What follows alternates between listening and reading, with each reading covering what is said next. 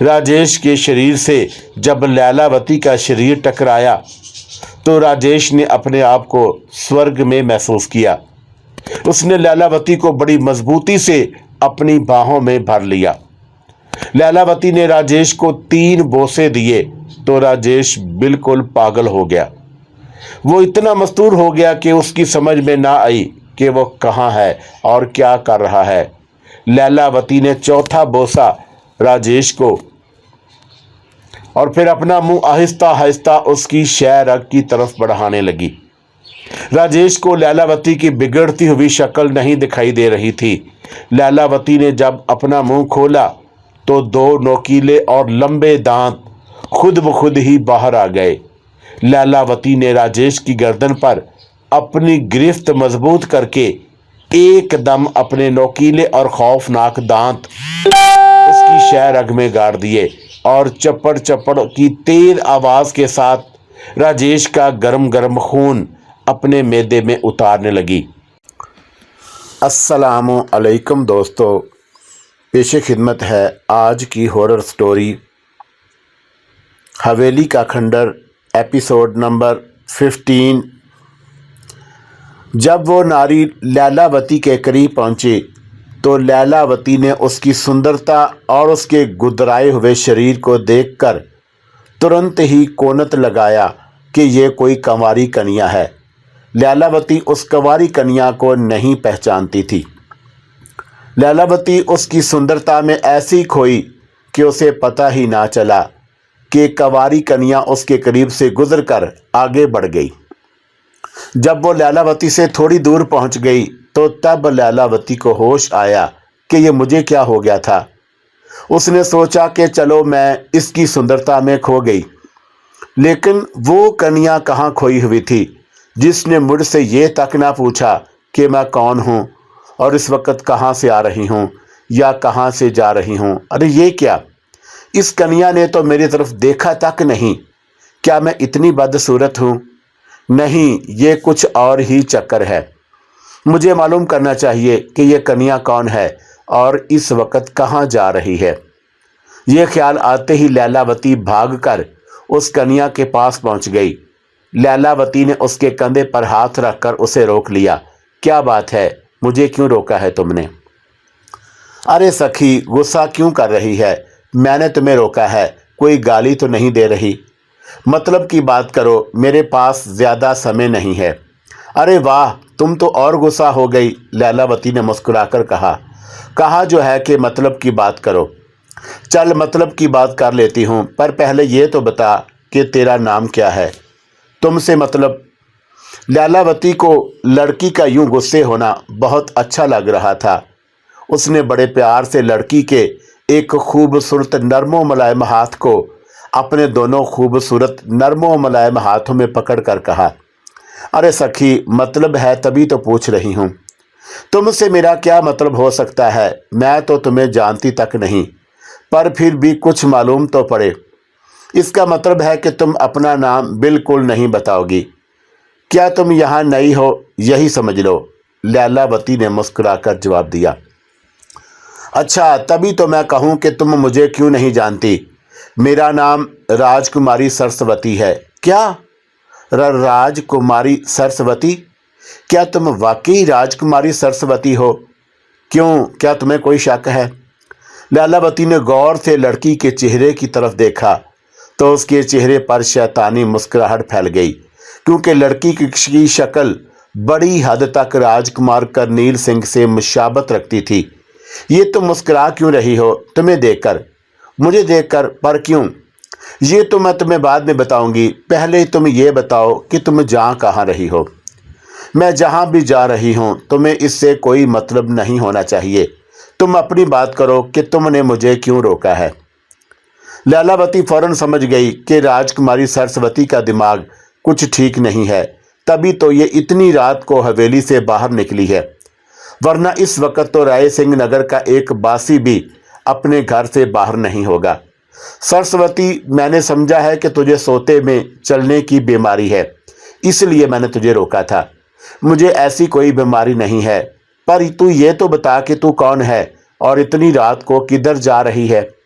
मेरा नाम लैलावती है, पर मैं तुझे ये नहीं बताऊंगी कि मैं कहाँ जा रही हूँ। पर क्यों?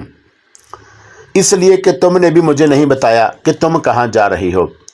मुझे तो किसी ने मना किया है, इसलिए तुझे नहीं बता सकती। क्या तुझे भी किसी ने मना किया है? राजकुमारी सरस्वती की ये बात सुनकर लैलावती को एकदम ख्याल आया कि कहीं इस पर पंडित कालिदास ने कोई मंत्र ना फूंक दिया हो, जिसकी वजह से राजकुमारी सरस्वती यहाँ पहुँच गई। जिस तरह ये बोल रही है उससे तो यही जाहिर होता है कि इसका दिमाग पूरी तरह सोचने समझने की शक्ति नहीं रखता और किसी की गिरफ्त में है। ये ख्याल आते ही लैलावती ने मन ही मन में कहा, वाह रे पंडित, तू तो बड़े काम की चीज़ निकला। जो काम मैं ना कर सकी वो तूने कर दिखाया। तुम बोलती क्यों नहीं? ये तुम्हें बार बार क्या हो जाता है? लैलावती, मैं तुमसे पूछ रही हूँ। कुछ नहीं, मुझे क्या होना है? फिर मेरी बात का जवाब क्यों नहीं दे रही हो? अरे सरस्वती, ये मत पूछ कि मैं कहाँ जा रही हूँ, बल्कि ये पूछ मैं आ कहाँ से रही हूँ। चल यही बता दे कि तू आ कहाँ से रही है। मैं उस खंडर से आ रही हूँ। क्या तू सच कह रही है? हाँ, बिल्कुल सच कह रही हूँ। क्या तू उस खंडर में रहती है? हाँ, रहती तो हूँ। अरे वाह, फिर तो मैं तेरी तरफ ही जा रही थी। मेरी तरफ? लैलावती ने हैरानी से पूछा। हाँ हाँ, तेरी तरफ। पर क्यों? अब तुझसे क्या छुपाना, मुझे पंडित कालिदास ने तेरी तरफ भेजा है। उन्होंने मुझसे कहा था कि खंडर में तुझे एक सुंदर सी नारी दिखाई देगी। तुम्हें वो कन्या जहाँ भी ले जाए तुम खामोशी से उसके साथ चली जाना। वाह रे पंडित कालिदास, मान गई तुझे, लैलावती ने बदबदाकर कहा। लैलावती, क्या तूने मुझसे कुछ कहा है? अरे नहीं, तुझसे तो बाद में कुछ कहूँगी, अभी तू चल मेरे साथ। हाँ हाँ चलो। क्या तू खंडर को ही चल रही हो? हाँ बिल्कुल। तुझे चमत्कार भी तो दिखाना है। कैसा चमत्कार? अरे सरस्वती, तो चल तो सही। क्या सारी बातें यहीं खड़े खड़े पूछ लेगी? ठीक है चलो। लैलावती उसे अपने साथ लेकर खंडर की तरफ जाने लगी। आज लैलावती फिर इतनी ही खुश दिखाई दे रही थी जितनी कि राजकुमार करनील सिंह को अपने साथ खंडर ले जाने वाले दिन खुश दिखाई दे रही थी। लैलावती राजकुमारी सरस्वती को इस बेखौफी से चलते हुए देखकर समझ गई कि वाकई उस पर पंडित कालिदास ने जादू कर रखा है। खंडर में दाखिल होकर जब लैलावती एक बदबूदार कमरे में दाखिल हुई तो राजकुमारी सरस्वती बोली, ये गंध कैसा है? मालूम नहीं। मालूम नहीं? पर क्यों? तुमने तो कहा था कि तुम खंडर में ही रहती हो। अरे सरस्वती, दफा करो इस गंध को, तुम आओ मेरे साथ। ऊपर जाना है, सरस्वती ने कमरे में मौजूद सीढ़ियों को देखते हुए कहा। तो और क्या, अब आओ भी, ऐसे क्या देख रही हो? लैलावती, मैं ये देख रही हूँ कि कमरे में मौजूद रोशनी कहाँ से आ रही है। सरस्वती, छोड़ो भी, हमें क्या, जहाँ से भी आ रही हो। वो तो ठीक है, पर पूरे खंडर में अंधेरा था और अनचत ही इस कमरे में रोशनी कैसे हो गई? ओहो, तुम ऊपर तो आओ, मैं तुम्हें सब कुछ बताती हूँ। अच्छा चलो।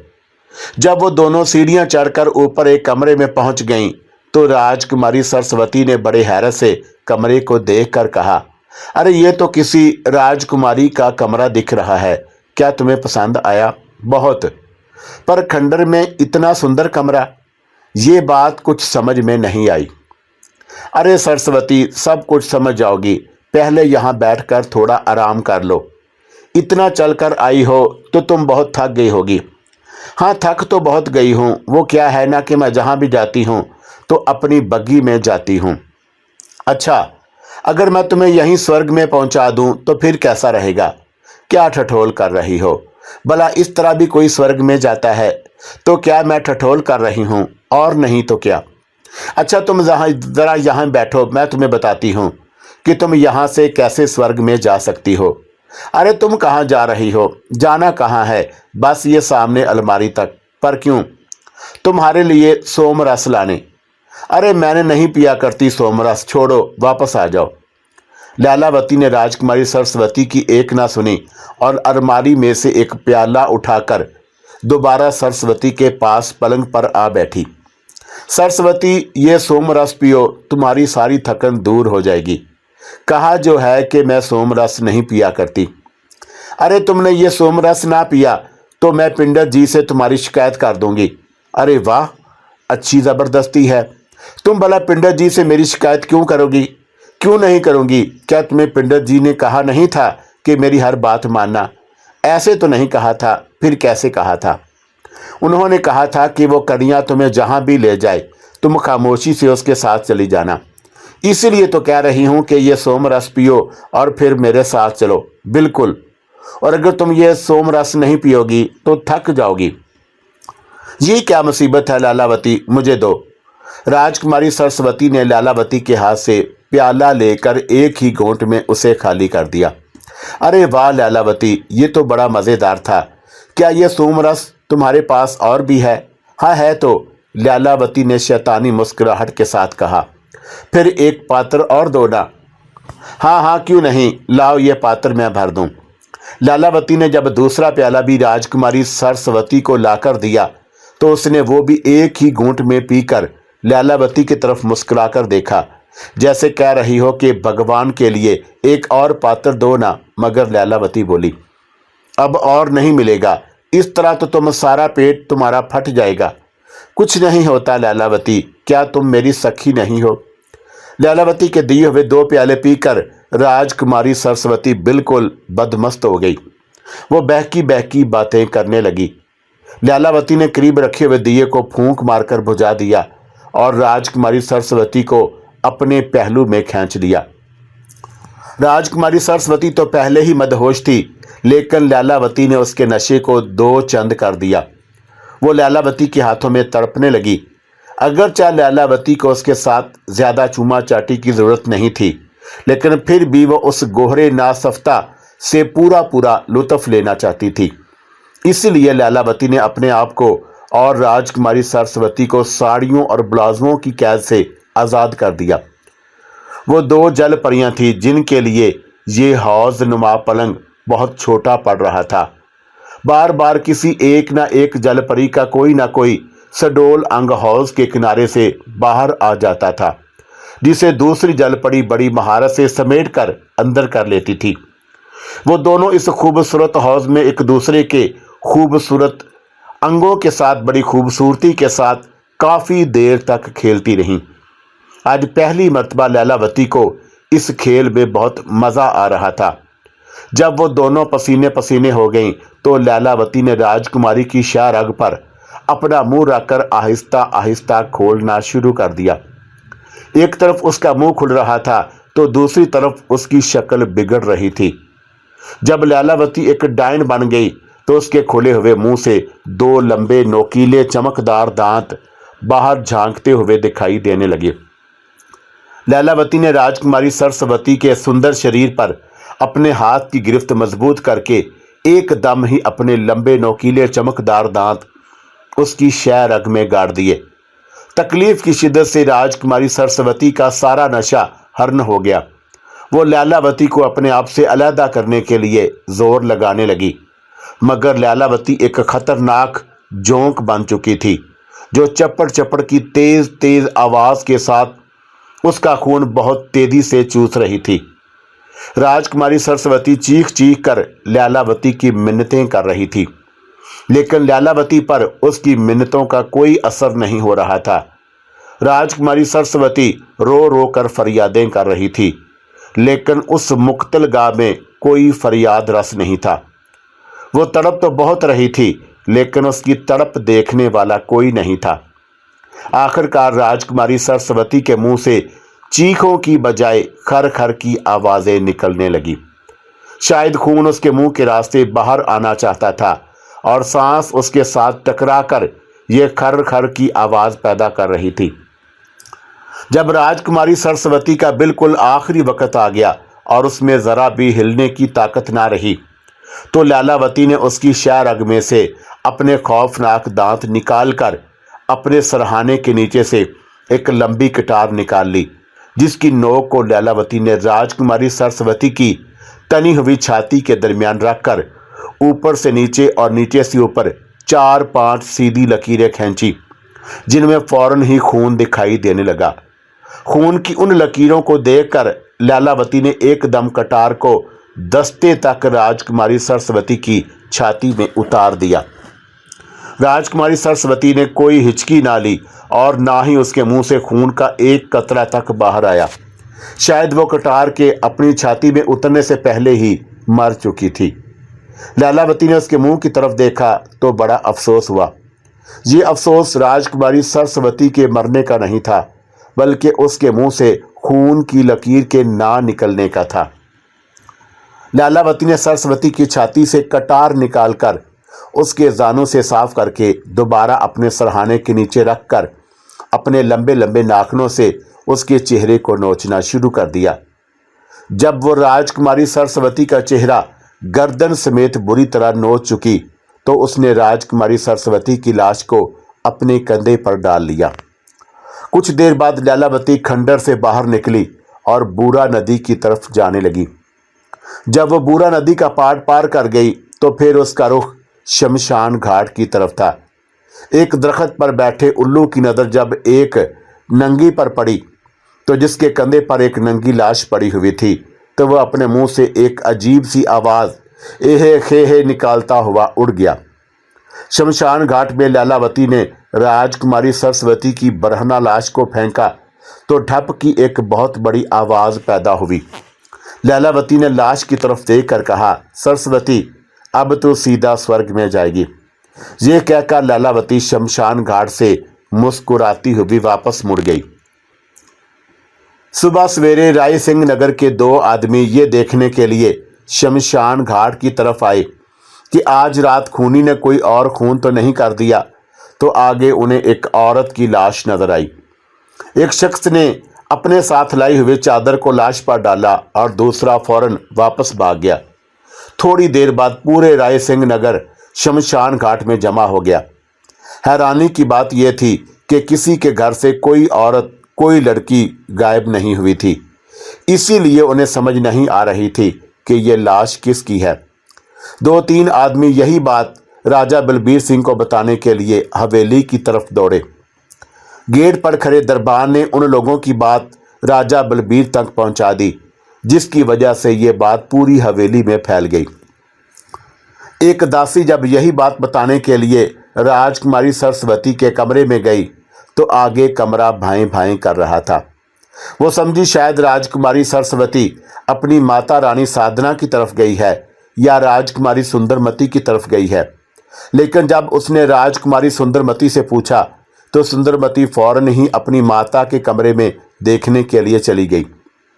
रानी साधना भी घबराकर अपने कमरे से बाहर निकल आई।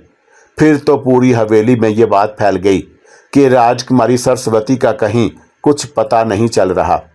राजा बलबीर सिंह फौरन ही शमशान घाट की तरफ भागा और उसके पीछे पीछे उसका सारा परिवार और हवेली के सारे दास और दासियां भी शमशान घाट की तरफ भागे। एक दासी ने पिंडत कालीदास के कमरे का दरवाज़ा खटखटाकर राजकुमारी सरस्वती के गुम होने और शमशान घाट में से एक नारी की लोथ मिलने की खबर दी तो पिंडत कालीदास भी शमशान घाट की तरफ चल पड़ा। उसे अपने आप पर बहुत गुस्सा आ रहा था कि मुझे लैलावती को बताना चाहिए था कि वो राजकुमारी सरस्वती की लोथ को शमशान घाट में ना फेंके, क्योंकि पहले भी गनूनत की लोथ मिलने की वजह से मुझे बहुत परेशानी का सामना करना पड़ा है। लेकिन मुरलिया के सामने शरीर के नशे में उसे ये बात याद ही ना रही। वो तो अभी थोड़ी देर पहले ही तो सोया था कि उसे उठा दिया गया और वह उसी तरह शमशान घाट की तरफ चल पड़ा। जब वो शमशान घाट पहुंचा तो आगे एक वावीला मचा हुआ था। साधना देवी ने अपनी सुपुत्री सरस्वती को पहचान लिया था। औरतें तो औरतें, मर्द भी सीना कुबी कर रहे थे। सुंदरमती को अपनी बहन की अजियतनाक मौत का इतना सख्त जहनी सदमा पहुंचा था कि वो चकराकर गिरी और बेहोश हो गई। सब बिछाड़े खा रहे थे, किसी को कुछ होश नहीं था। खासकर मंत्री कैदोराज के बेटे युद्धराज की हालत इंतहाई नागुफ्ता भी थी। शायद उसे राजकुमारी सरस्वती से कोई खास उनस था या वो उसकी प्रेमिका थी। उसने अपने सर को एक पत्थर के साथ मारकर अपने आप को लहूलुहान कर लिया था। पिंडत कालीदास ने रूहासी सूरत बनाकर बहुत से मर्दों के जरिए एक चिता तैयार करवा ली। चिता की तैयारी के बाद उसने राजा बलबीर सिंह को अपने सीने से लगाकर झूठ मूठ के आंसू बहाए। गर्द के राजकुमारी सरस्वती की अर्थी उठी और उसकी चिता जल गई। आज पूरे चांद की रात थी और रात का पिछला पहर था। राजा बलबीर सिंह एक अलहदा कमरे में बैठा अपनी कर्म रेखा पर रो रहा था। वह अपने आप को इस संसार का बदकिस्मत तरीन शख्स समझ रहा था, जिसने पहले अपने सपुत्र राजकुमार करनील सिंह और आज सुबह अपनी सपुत्री राजकुमारी सरस्वती की चिता को अग्नि दी थी। उसने सोचा कि मुझे यूं केवल पिंडित कालिदास पर तवक्कल करके नहीं बैठना चाहिए, बल्कि खुद भी खूनी से मुक्ति के लिए कुछ न कुछ जरूर करना चाहिए। मगर क्या? ये एक ऐसा सवाल था जहां आकर उसकी सोच बिल्कुल ख़त्म हो जाती थी। उसके सारे इरादे मसमार हो जाते थे। वो अपने आप को बिल्कुल यका और तनहा महसूस करने लगता था। ले देकर उसकी सोच स्वामी भैरवनाथ की तरफ जाती थी, लेकिन वो तो अपनी कुटिया में था ही नहीं। रोते रोते उसे ख्याल आया कि मुझे गाहे बेगाहे स्वामी भैरवनाथ का पता करते रहना चाहिए। क्या मालूम वो किस वक़्त अपनी कुटिया में वापस आ जाएं। इसके ख्याल के दिल में आते ही राजा बलबीर सिंह ने अभी और इसी वक्त स्वामी भैरवनाथ की तरफ जाने की ठान ली। राजा बलबीर सिंह दिल इतना मुस्तरिब था कि वह अपने कमरे से बाहर निकलकर पैदल ही हवेली के गेट की तरफ चल पड़ा। दरबान इस वक्त राजा बलबीर सिंह को अपनी तरफ आता हुआ देख कर बहुत हैरान हुआ।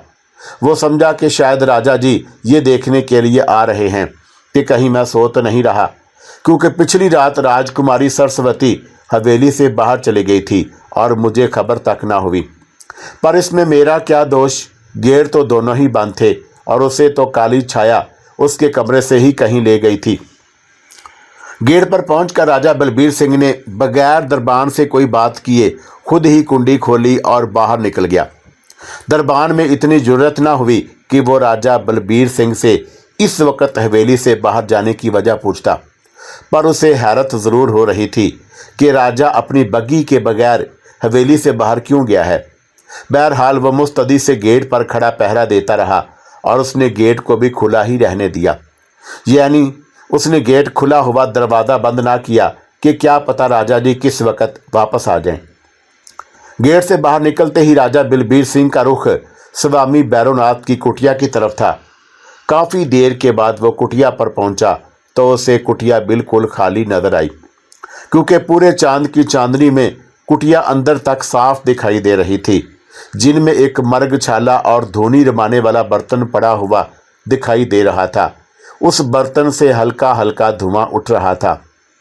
लग ऐसे ही रहा था जैसे स्वामी भैरवनाथ अभी उभी उठकर बाहर गया हो। राजा बलबीर सिंह फौरन ही तिलिया की तरफ चला गया, लेकिन उसे स्वामी भैरवनाथ कहीं नजर ना आया। उसे तिलिया के पानी में एक जगह बुलबुले निकलते हुए जरूर नजर आए। उसने सोचा हो ना हो आज स्वामी भैरवनाथ तिलिया के अंदर ही मौजूद है। राजा बलबीर सिंह वहीं मगर तिलिया के किनारे से जरा पीछे हटकर बैठ गया। उसे स्वामी भैरवनाथ की तिलिया में से बाहर निकलने का इंतजार था, लेकिन स्वामी था कि बाहर ही नहीं निकल रहा था। राजा बलबीर सिंह तिलिया के किनारे इतना बैठा कि उसके कोले सुन हो गए। थक हार कर वो वहां से रोता हुआ उठा और ठोकरें खाता हुआ दोबारा कुटिया के सामने पहुंच गया। खाली कुटिया को काफ़ी देर तक अपनी नमनाक हसरत भरी आंखों से देखता रहा, और जब वो दिल बर्दाश्ता होकर वहां से वापस मुड़ा तो पीछे से आवाज़ आई, अरे मूर्ख आजा, तेरे इन नैयरों ने हमारा मन पसीट दिया। राजा बलबीर सिंह ने जो ही स्वामी भैरवनाथ की ये आवाज़ सुनी तो वो इस तरह पीछे पलटा जैसे उसे किसी बिच्छू ने काट लिया हो। राजा बलबीर सिंह ने जब पीछे देखा तो कुटिया जो की तू ही खाली पड़ी हुई थी और दूर दूर तक स्वामी भैरवनाथ का कोई नामो निशान नहीं था। वो आंखें फाड़ फाड़ कर देखने लगा, मगर फिर भी उसे स्वामी भैरवनाथ नजर ना आया। अरे ठूठ, अब क्या वहीं खड़ा दीदे फाड़ता रहेगा या अंदर भी आएगा? स्वामी जी आप मुझे नजर नहीं आ रहे। अरे निर्बुद्ध, तू अंदर आएगा तो हम तुझे नजर आएंगे ना, यूँ हम नजर नहीं आया करते। स्वामी जी मैं अंदर आ जाऊं? अबे अड़ियल अब आ भी जा, क्या हम बाहर आकर तेरे चरणों को हाथ लगाएं, तू तब अंदर आएगा? जो आ गया स्वामी जी। राजा बलबीर सिंह जूं ही कुटिया के अंदर दाखिल हुआ तो वह दंग रह गया, क्योंकि स्वामी बैरोनाथ तो अपनी मर्गशाला पर बैठा माला जप रहा था। स्वामी जी, आप यहाँ पर कैसे? अरे बैठ जा निर्धन, सब बताते हैं तुझे। स्वामी जी, बड़े अचंभे की बात है कि बाहर से आप मुझे बिल्कुल नजर नहीं आए। इन दिनों संसार वासियों की नज़रों से बचने के लिए हमने अपनी कुटिया के दरवाजे पर एक नादीदा पर्दा खींच लिया है। बाहर वाला मनुष्य हमको उस वक्त तक नहीं देख सकता जब तक वो कुटिया के अंदर दाखिल ना हो जाए। अरे पहले भी तू जितनी बार यहाँ आया था हम अंदर ही थे। हमने जानबूझकर तुझे अपनी कुटिया के अंदर नहीं बुलाया था।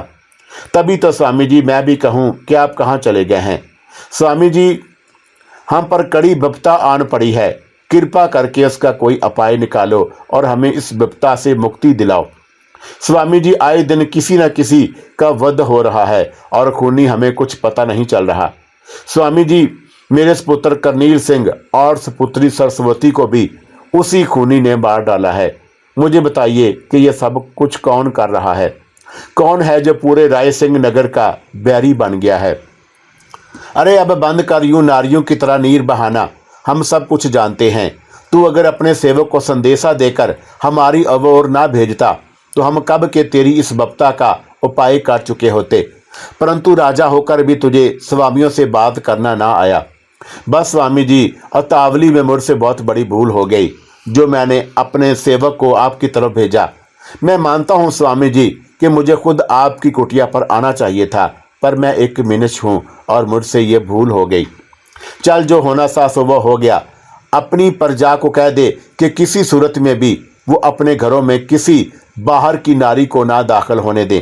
अगर ऐसी कोई नारी किसी के घर में आए भी तो वो उसे धुतकार कर अपने घर का दरवाज़ा बंद कर दें। ठीक है स्वामी जी, मैं सुबह ही अपनी प्रजा को ये कह दूंगा और दरबानों को भी कह दूंगा कि हवेली के अंदर किसी बाहर की नारी को ना घुसने दें। अरे तेरी हवेली में ऐसी कोई नारी दाखिल नहीं हो सकती।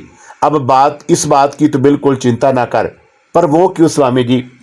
जी हम तुझे बाद में बताएंगे, पर याद रख अपनी प्रजा को यह ज़रूर बताना कि शाम ढलते ही वो अपने अपने घरों में घुसकर अंदर से दरवाज़ों को कुंडियाँ लगा दें।